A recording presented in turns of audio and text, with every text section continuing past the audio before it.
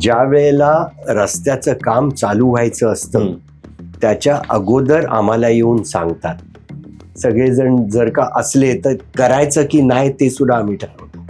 म्हणजे 1-2 वेळा लोकांनी सांगितलं याचा त्रास जास्ती होईल, रस्ता चांगला आहे, काही करू नका, आणि दे ॲग्री टू इट. एक तर फुटपाथ नावाची गोष्ट मुंबईमध्ये राहिलीच नाही. तसंच सिमिलरली आमच्या इकडे सो ऍटलीस्ट रस्त्यावरती तरी आम्हाला चालायला द्या.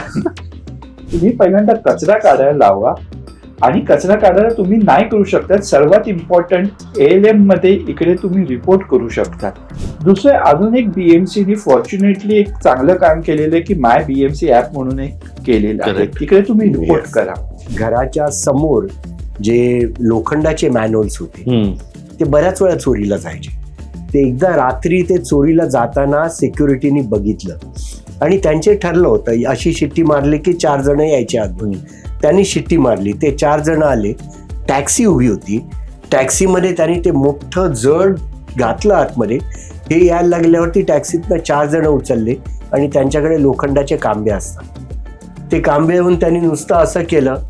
अहो म्हणाले, कोण जाणार त्या ठिकाणी? एक लक्षात ठेवा, ALM डझंट मीन की ओनली ALM वर्कर्स और मेंबर्स वर्क.